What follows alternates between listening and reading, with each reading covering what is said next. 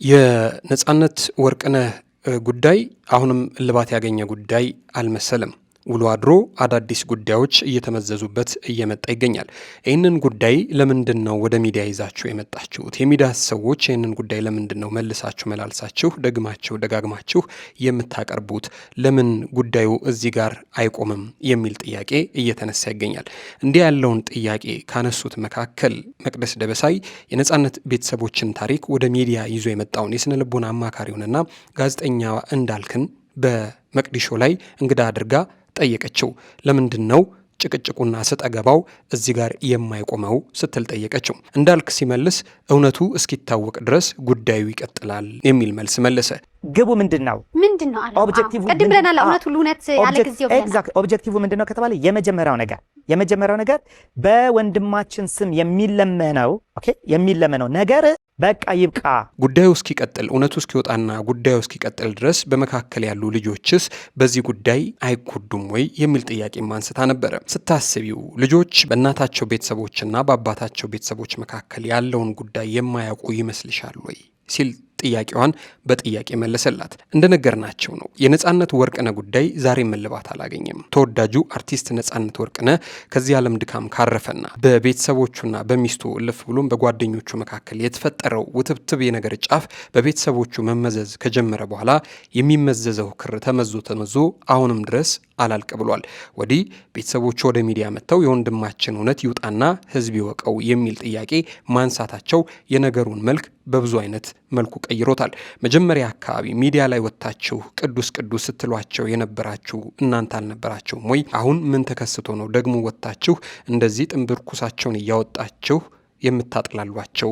ተበደልን ተገፋን እያላችሁ የምትናገሩት የሚል ጥያቄ በህዝብ ዘንድ ሲነሳባቸው እህት መሰረት በሚቀጥለው ቀን በራሷ የግል የፌስቡክ ገጽ ላይ ወጥታ የተናገረችውን ነገር ከዚህ ቀደም ሰርተን ወደ እናንተ ባደረስነው መሰናዶ ነግረናቸው ነበረ። ብዙ እውነት አለን፣ የተናገርነው እውነት ከአባይ ላይ በጭልፋ የሰፈርናትን ብቻ ነው ስትል ተናግራለች። ይህንን ጉዳይ በተመለከተም ጋዜጠኛ እንዳልክ እሱም ከመቅዲሾ ጋር በነበረው ቆይታ እንዲህ ሲል ተናግሯል። ያየሽው ፕሮግራም እጅግ በጣም ብዙ ነገሮች የተቆረጡበት ፕሮግራም ነው። ያላስተላለፍኳቸው እጅግ ብዙ የተቆረጡና የቀሩ ነገሮች አሉት ሲል ተናግሯል። ይህ ማለት የነጻነት ቤተሰቦች ሚዲያ ላይ ወጥተው ነጻነት ወርቅነህ በሕይወት እያለ ደረሰበት ካሉት በላይ ብዙ ያልሰማናቸው ጉዶች አሉ ማለት ነው። እንደ እንዳልክ ገለጻ የፈቀድከውን አጋርተሃል። በጣም ብዙ እንደሙያተኛ የተቆረጡ ነገሮች እንዳሉ ይገባኛል። በጣም ከቶች ነበሩ። በጣም አንግሉ ሲቀየር ያስታውቅ ነበር። እንደሙያተኛ የተቆረጠ ብዙ ነገር እንዳለ ይገባኛል። ምናልባትም እንዳልካቸው ሙሉውን ፕሮግራም አስተላልፎት ቢሆን ነጻነት ወርቅነህ በሕይወት እያለ ተከፋ ተብሎ ከተነገረን በላይ ብዙ የመከፋት ቀኖች እንዳሳለፈ ልንሰማ እንችል ነበር ማለት ነው። በሌላ መልኩ ደግሞ አብዛኛው ሕዝብ የነጻነት ቤተሰቦች ወደ ሚዲያ የመጡት እንዳሉት ተገፍተውና ነጻነት በሕይወት ሲኖር በሚስት ቤተሰቦች ተገፍቶ ተማሮ ተቃጥሎ ሕይወቱን ስላጣ ሳይሆን ነጻነት ከሞተ በኋላ በስሙ ብር መሰብሰብ ከጀመረና ጎፈንድሚ ከተከፈተ በኋላ በሚሰበሰበው ብር ምክንያት ነው የተጣሉት የሚሉ ብዙ ወቀሳዎች እየተሰሙ ይገኛሉ። እንዲህ ያሉ ወቀሳዎች ግን እውነት እንዳልሆኑ ጋዜጠኛ እንዳልካቸው ከመቅዲሾ ጋር በነበረው ቆይታ በዝርዝር ብዙ የሚያውቃቸው ጉዳዮች እንዳሉና ቤተሰቦቹ ወደ ሚዲያ የመጡት በብር ጉዳይ ተጣልተው እንዳልሆነ እያስረገጠ ይገኛል። ልክ ጎፈንድሚ ማሰባሰቢያ ተካሂዶ የሆኑ ቀናቶች ሲቆጠሩ ግን ጓደኞቻቸው እየደወሉ ምን ይሏቸው ነበረ? በጣም ገንዘብ ተሰብስቦ የለ እንዴ? ለምንድን ነው ማጋበዘን? አይሹ ታናሽ ወንድሙን ምን እንደሚባል በቃ ዛሬ ሸቅላችኋል፣ እንትን ይሄን ያክል ብር ሰጥቷችኋል እየተባለ ነው። እንትና እኮ 3 ሚሊዮን ብር ሰጣችሁ፣ ስለዚህ በቃ ለምን አጋብዙንም ይላል። በሌላ መልኩ ደግሞ አሁን እንዲህ ያለውን ጉዳይ ወደ ሚዲያ ይዞ መምጣቱ ጥቅሙ ምንድን ነው? ምን አለ ነፍሱ በሰላም ብታርፍ የሚሉ ጥያቄዎችና ነቀፌታዎች ብዙ ናቸው። እንዲህ ያሉ ጥያቄዎች ደግሞ ደራሲ ቴዎድሮስ ተክለአረጋይን ጨምሮ እንዴት ነው ሰው ለምንድን ነው ቤተሰቦቹ ወደ ሚዲያ የመጡት ብሎ እየወቀሳቸው ይገኛል። ያጡት እኮ ወንድማቸውን ነው። እኛ ያጣነው የምናደንቀውን ሰው ነው። የሚሰማቸውንና አለን የሚሉትን እውነት መናገር አለባቸው። ይህ መብታቸው ነው። እኔ ግን ይህ ጉዳይ እንዳይሆን መጀመሪያ ከጋዜጠኛ እንዳልካቸው ጋር በስፋት ተነጋግሬ ነበር ብሎ ስለማለቱ ከዚህ ቀደም ሰርተን ባቀረብንላቸው መሰናዶ ነግረናቸው ነበር።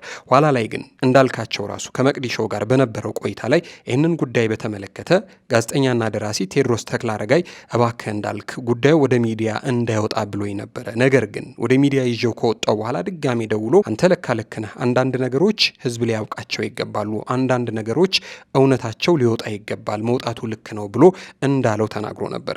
ከዚህ ጉዳይ ጋር ተያይዞ ታዲያ እንዳልካቸው መቅዲሾ ላይ ቀርቦ ሁኔታውን በተመለከተ ከመናገሩ ጋር ተያይዞ ጋዜጠኛ ቴዎድሮስ ተክለአረጋይ መለስ ብሎም እንዳልክ ግን ምን ሆኖ ነው በሚል ርዕሰ ጉዳይ ያሰፈረው ጽሑፍ አለ። እሱንም እናስደምጣችሁ ይሆናል። ሰላም የምንወዳቸውና የምናከብራችሁ የጊዜ ሚዲያ ቤተሰቦች እንዴት አላችሁ? በያላችሁበት የዓለም ጫፍ በያላችሁበት የሀገር ጥግ ሁሉ ሰላም፣ ፍቅር፣ ጤና ትሆኑ ዘንድ ዘወትር ምኞታችን ነው። ኤልያስ ደግነት ነኝ። የምትከታተሉት ጊዜ ሚዲያን ነው። በዛሬው መሰናዷችን ያው ሰሞኑን እጅግ በስፋት መነጋገሪያ ከነበረው ከነጻነት ወርቅነህ ቤተሰቦችና ከሚስቱ ቤተሰቦች ጋር ተያይዞ ወደ ሚዲያ ላይ የመጣውን እሰጥ አገባ በተመለከተ አንዳንድ ጉዳዮች፣ አንዳንድ ነገሮች አንጻር እያነሳን እየጣለን እየሄድን ጉዳዩ እንዴት ነው የሚለውን ጉዳይ መዳሰስ ፈልገን ነው የዛሬ ርዕሰ ጉዳያችን ትኩረት ያደረገው እና ደግሞ እንዲህ ያለውንም ጉዳይ ለመነጋገር ምክንያት ይሆናል። ጋዜጠኛ መቅደስ ደበሳይ በራሷ የዩቲዩብ ሾው የነጻነት ቤተሰቦችን ጉዳይ ወደ ሚዲያ ይዞ የመጣውን የስነ ልቦና አማካሪውና ጋዜጠኛ እንዳልክን ይዛ ቀርባ ከሱ ጋር ያደረገችውን ቆይታ መሰረት አድርገን ተነስተን ነው ጉዳዮችን የምንመለከተው። አሁንም ይህ ጉዳይ በእርግጠኝነት ለምንድን ነው የነጻነት ወርቅነህ ነፍስ በሰላም የማታርፈው፣ ጉዳዩ ለምንድን ነው ወደ ሚዲያ የሚመጣው የሚል ጥያቄ እንዳላችሁ እንገምታለን። ያም ሆኖ ግን ጉዳዩ እውነቱ እስኪወጣ ድረስ ይቀጥላል የሚል አቋም ቤተሰቦቹም እንዳላቸው ጋዜጠኛ እንዳልክም እንዳለው ከመቅዲ ጋር በነበረው ቆይታ በስፋት ተናግሯል። ስለዚህ ምንድን ነው እውነቱ፣ ለምንድን ነው ጉዳዩ እዚህ ጋር የማይቆመው የሚል ጥያቄ ሲነሳ እንዳልክ የመለሰው መልስ አለ። ምንድን ነው ፋይዳው? ምንድን ነው ይህ ጉዳይ አሁንም ወደ ሚዲያ መምጣቱ? የእንዳልካቸውንም መልስ አያይዘን የምንነግራቸው ይሆናል። ጊዜ ሚዲያን ሰብስክራይብ ሳታደርጉን የምትመለከቱን ከሆነ አሁንም ሰብስክራይብ በማድረግ ቤተሰብ እንድታደርጉን በትህትና ጠየቅን። ክበሩልን፣ አብራችሁን ቆዩ።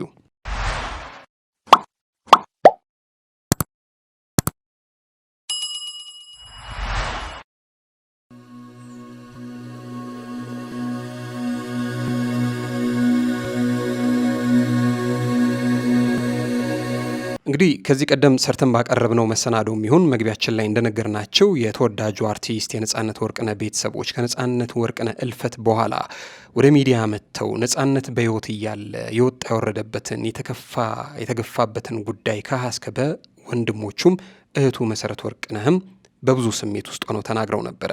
የእርቅ ሚዲያ ላይ ወጥተው ሰው መሀል ሆኖ ሰው ያልነበረው ሰው ነው እያሉ ነጻነት አብዛኛው በሰው ተከቦ ቢሆንም ግን የልቤ ነው የሚለው ወዳጅ እንደሌለው እየተናገሩ ይገኛሉ። ከዚህ ጋር ተያይዞ ታዲያ ነጻነት የሞተ ሰሞን አካባቢ ነጻነት ወርቅነህ የ29 ዓመት ወዳጄ ወንድሜ ነው፣ ልብስ የእሱን ልብስ ነው የምለብሰው፣ እየተቀያየረን ነው የምንለብሰው፣ ቀን ከሌት አብረንን በማለት በጣም ብዙዎቻችንን ልብ የሰበረውና በብዙ መልኩ ሲያስለቅሰንም ሲያሳዝነንም የነበረው ወዳጁ አስናቀ ላይም ትልቅ ጥያቄ አንስተው ነበረ።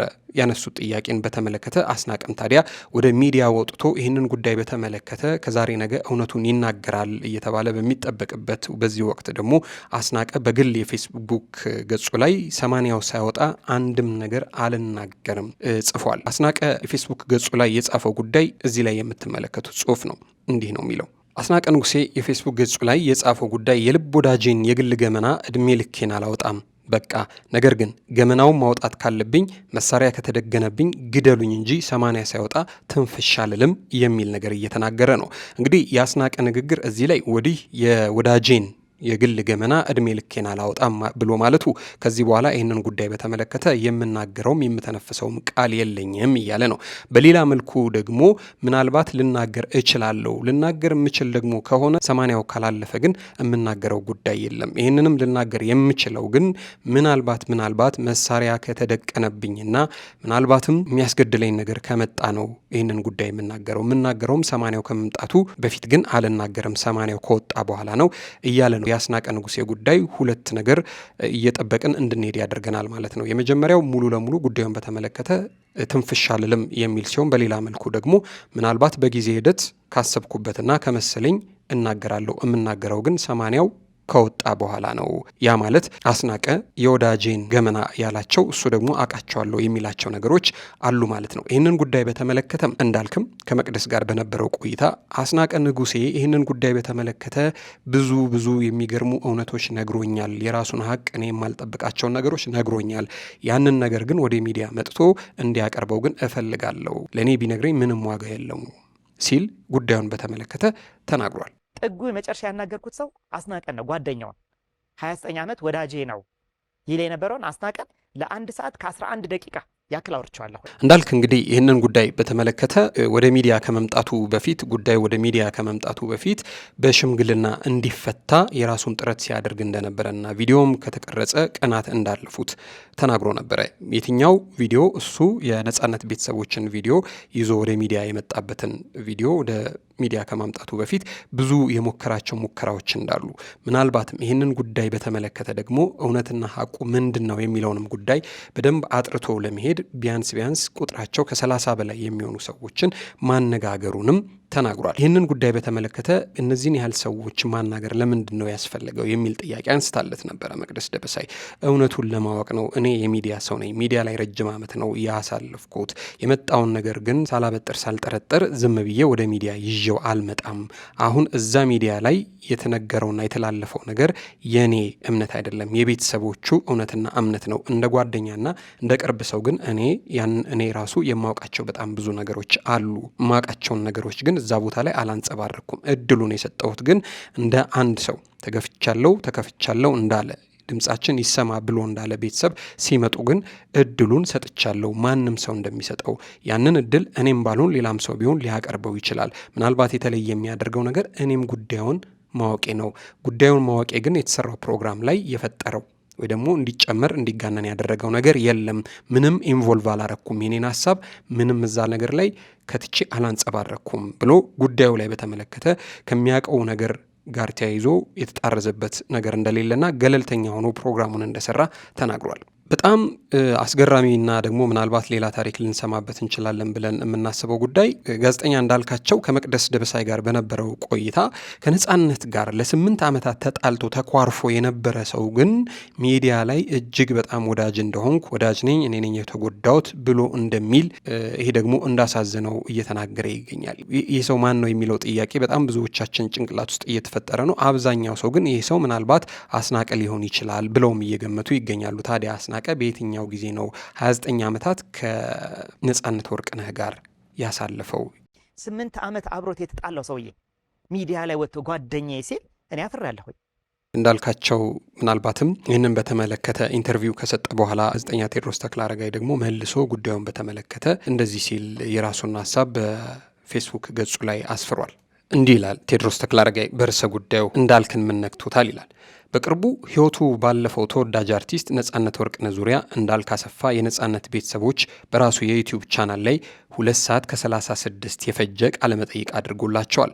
ቤተሰቦቹ ተጎድተንበታል ባሉት ጉዳይ ላይ አስተያየታቸውንም በስፋት ሰጥተዋል። ሀሳባቸው ወጣ። እነሱ ባነሱት ሀሳብ ላይ ግልጽ ያልሆነ ምንም አልገጠመኝም። ከነጻነት ስምና ዝና እንዲሁም ደግሞ በሀገር ባህልና ወግ አንጻር ለተጨማሪ እየከፋ ከመጣው የዩቲዩብና ቲክቶክ ንግድ አንጻር ጉዳዩ ብዙ እያጨቃጨቀ ይገኛል። በዚህ መሃል ከወንድሞችና እህት ጋር ወይንም ደግሞ ከሚስትና ከጓደኞቹ ጋር አንዳቸው እንኳን ሳይወጡ ጉዳዩን ለ2 ሰዓት ከ36 ደቂቃ ያስወራበት ሰው ራሱ በጉዳዩ ላይ ቃለመጠይቅ ሊሰጥ መውጣቱ እጅግ አስገርሞኛል። እንዳልክን ምን ነክቶታልም አስብሎኛል እያለ እንዳልክ ይህንን ጉዳይ በተመለከተ ለምንድን ነው ሚዲያ ላይ የመጣው? የራሱ ዩቲዩብ ላይ ያደረገው ቆይታ በቂ ነበረ ሲል ይነቅፈዋል። ጉዳዩ የሚያስቅም የሚያናድድም ነው። ስለ አንድ ጉዳይ ቃለመጠይቅ ያደረገ የሚዲያ ሰው በማግስቱ ሌላ ሚዲያ ላይ ቀርቦ ቃለመጠይቁን ለምንና እንዴት እንደሰራው ሲያብራራ ያስቃል። ወደፊትም የተለያዩ ቃለመጠይቆች ይሰራልና ብዙ ተመልካች ያላቸው ስራዎቹን ምክንያት አድርጎ እየዞረ ቃለመጠይቅ ሊያደርግ ነው ማለት ነው። ምናልባት ዩቲዩብ ላይ እስካሁን ከሰራቸው ስራዎች ይሄኛው ብዙ ተመልካች በማግኘቱ ያ አነጋጋሪውን ቃለመጠይቅ የሰራሁት እኔ እኮ ነኝ እዩኝ ነው። ሌላ ምን ምክንያት ሊሰጠው ይችላል? እንዳልክ ሚዲያ ላይ መደበኛም ሆነ ማህበራዊ ጉዳይ ላይ ቃለ መጠይቅ ያድርግ እንጂ ጋዜጠኛ አይደለም። ሙያውን በአግባቡ ባለማወቅ ዩቲዩብ ላይ የሚሰራቸው አንዳንድ ጥፋቶች አሉ። ይህም ከዚህ የሚደመር ነው ሲል አሁንም እንዳልክን ይነቅፈዋል። በአንድ ጉዳይ ላይ 2 ሰዓት ከ36 በላይ አውርቶ ሲጠቃለል የነጻነት ወንድሞችና እህቱ በግልጽ ቋንቋ የተናገሩትን ለማብራራትና ለነሱ ያለውን ውግንና በግልጽ ለማሳየት ከዚያ አለፍ ብሎም እኔ ጋ እንጂ ሌላ ጋ መሄድ የለባችሁም ብሎ ወዲያውኑ ደግሞ መልሶ እኔ ጋ ብቻ ብትመጡ ስለእናንተ በቂ ማስረጃ ስላለኝ አሳያቸዋለሁ አይነት ማስፈራሪያ የታከለበት ቃለመጠይቅ ሰጥቷል። አብዛኛውን ደቂቃ የፈጀው እኔ ወገንተኛ አይደለሁም እያለ ለነጻነት ቤተሰቦች ያለውን ወገንተኝነት እያሳየ ነው። ወገንተኝነቱ ለማን ቢሆን ነው ታዲያ ነውር የሚሆነው? አስናቀ 1 ሰዓት ከምናምን የሚሆን የራሱን እውነት ነግሮኛል። ይሄ ቢወጣ ቤተሰቦቹን ያጠፋቸዋል ይልና ወንድሞቹና እህቱ ሲናገሩ ግን ይህማ የጓደኛውን እና የሚስቱን ስም ያጎድፋል ብሎ ሳይተው ወይም ማስረጃ ሳይጠይቅ ትቶታል። በድጋሜ እንዳልክ ምን ነክቶታል ሲል አሁንም ይጠይቃል። ነጻነት 3 ልጆች እያሉት በነጻነት መሞት ዋነኞቹ ተጎጂዎች ወንድሞቹና እህቱ ናቸው እያለ ደጋግሞ በመናገር ልጆቹን ከዚህ ቀጥሎ ያደርጋቸዋል። ምን አይነት ፍርደ ገምድል አይነት ንግግር ነው ሲል ጉዳዩን አሁንም በጥያቄ ይጠይቃል። በየት ሀገር ነው ከልጆች ወንድምና እህት ቅድሚያ ተጎጂ የሚሆኑት? እንዳልክ ልጆች አሉት። እኔ በሞት ከልጆቼ ወንድምና እህቶቼ ናቸው ቅድሚያ ተጎጂ የሚሆኑት ብሎ ነው የሚያስበው። እንደዛ ካሰበ ይደንቀኛል። ነጻነትና ወንድሞቹ ማለትም እህቱ በሕይወት ባለ ጊዜ ምን ያህል ቅርርብ ነበራቸው? እንዳልክ በገለጸው ደረጃ ሰማይ ተደፋባቸው የሚያስብል ጉዳይ ነው። ሀዘናቸው የዛንስ ያህል ነው ወይ እያለ አሁንም ቴዎድሮስ ተክለአረጋይ ጉዳዩን ይጠይቃል። እንዳልክ የሰጠው ዓላማው የማይታወቅ ቃለ መጠይቅ ውስጡ ገብተን እንፈትሸው ካልን ብዙ ጥያቄዎች ያስነሳል። በተለይ የነጻነት ስም የሚያጎድፍ ነው። እኔ ጋር ከመጡ ማስረጃ ይዤ ነው የምሞግታቸው ብሎ እያስፈራራ ነው የሚጋብዛቸው። ምን ማለት ነው? እኔ ለምሳሌ አስናቀ ወይንም ደግሞ ባለቤቱ ብሆን እንዳልክ ለመቅደስ ደበሳይ የሰጠውን ቃለ መጠይቅ ካዩ በኋላ መናገር ካስፈለገኝ ሌላ ሚዲያ ላይ እሄዳለሁ እንጂ እንዳልክ ጋር አልሄድም እያለ ቴዎድሮስ ተክለአረጋይ ደግሞ በበኩሉ የነጻነት ወርቅነህ ባለቤትንና አስናቀን ንጉሴን ወጥታችሁ መናገር የምትፈልጉ ከሆነ እንደውም ጭራሽ እንዳልክ ጋር እንዳትሄዱ ሌላ ቦታ ሄዱና ቃለመጠይቁን ስጡ እያለ እየመከራቸው ይገኛል። በፍጹም እንዳልክ እኮ የነጻነት ቤተሰቦች ለ2 ሰዓት ከ36 ያህል በነጻነት ሚስትና ጓደኞቹ ዙሪያ ማስረጃ ሳይጠይቅ አውርቶ መልሶ ደግሞ ራሱ ወደ ሌላ ሚዲያ ወጥቶ 1 ሰዓት ከ12 ሰዓት ያህል በፈጀ ቆይታ በአማርኛ የተናገረው በአማርኛ ራሱ መልሶ ያብራራል። ሚስቱና ጓደኞቹ ስለ ነጻነት ጉዳይ ምንም ባለማለት ስማቸው ተነስቶም አጀንዳውን ያቆሙታል ብዬ ግን አምናለሁ። ካልሆነም ግን እንዳልክ ጋር ይገባሉ ብዬ ግን በጭራሽ አላምንም። ውሳኔው ግን የነሱ ነው። እንዳልክ ቴዎድሮስ ራሱ ምን ነካው የሚል ጥያቄ እንደሚያነሳ አውቃለሁ። ምንም አልነካኝም። ከዚህ ቀደም በጉዳዩ ላይ ከሚሰማኝ ለውጥ ያመጣው መስሎ ሊሰማ ይችላል። ምንም የለኝም። ይህ ጉዳይ ወደ አደባባይ መውጣቱ ላይ የነበረኝን አቋምና በኋላ የሆነውን ገጼ ላይ ጽፌ ያሳውቃለሁ። አሁንም ቢሆን ወንድሞቹና እህቱ የፍትህ መጓደል መገፋት ገጥሟቸዋል ብዬ አምናለሁ። ጋዜጠኛ ሆኜ ብቀር ይሄ እውነት አይታይብኝም እንጂ ሐሳቤ አሁንም ያው ነው። እንዳልክ መቅደስ ጋር ሄዶ ይህንን ቃለ መጠይቅ ሲሰጥም አንድም ዝናና መታወቅ አጓግቶታል፣ ሌላም አውቆትም ይሁን ሳያውቀው አስናቀን የነጻነት ሚስትንና ልጆቹን ሊጎዳቸው ተነስቷል ብዬ ግን አምናለሁ። ፍጹም ወገንተኝነት አይችበታለሁ። ስለዚህ ወዳጄም ቢሆን ስህተት ጥፋት ነውና መግለጽ ደግሞ ከኔ ይጠበቃል። እንዳልክ ወዳጄ ነው። እውነት ደግሞ የበለጠ ወዳጄ ናት። ስለ ነጻነት ስጽፍ የራሴን እውነት የሌላው እውነት ላይሆን ይችላል፣ ብቻ የራሴን እውነት እንደተከተልኩ እንዳልክ ላይ ለተሰማኝም ስሜት ራሱን እንዳልክን ጨምሮ ማንንም አላማክርም። እንግዲህ ከዚህ ቀጥሎ እኔንና እንዳልክ ወዳጅነት ወዴት እንደሚሄድ አላውቅም። ከዚች ደቂቃ ድረስ ግን ፍጹም ሰላማዊ ነው። አንዳንድ ሰዎች ይህንን ያህል ከተቀራረባችሁ እዚህ ከምትጽፍ ለምን ደውለህ ሁለታቸው አታውሩትም ልትሉ ትችላላችሁ። እኔ ግን ከግራውም ሆነ ከቀኙ ምንም የግል ጉዳይም የለኝም። አደባባይ ላይ የተሰራ ጥፋት እኔ ስለገባኝ በምን ይለወጣል?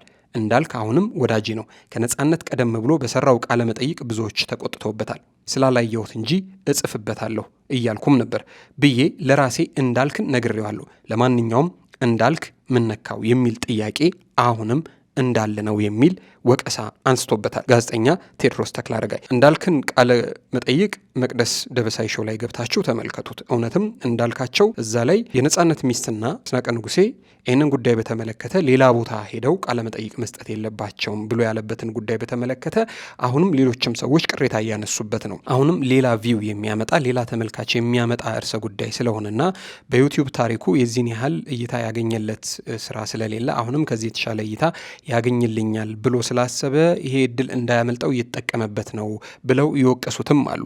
ይሄ ጉዳይ እንግዲህ አሁን በዚህ ልክ መነታረኪያ፣ በዚህ ልክ እሰጥ አገባ የፈጠረ ጉዳይ ሆኗል።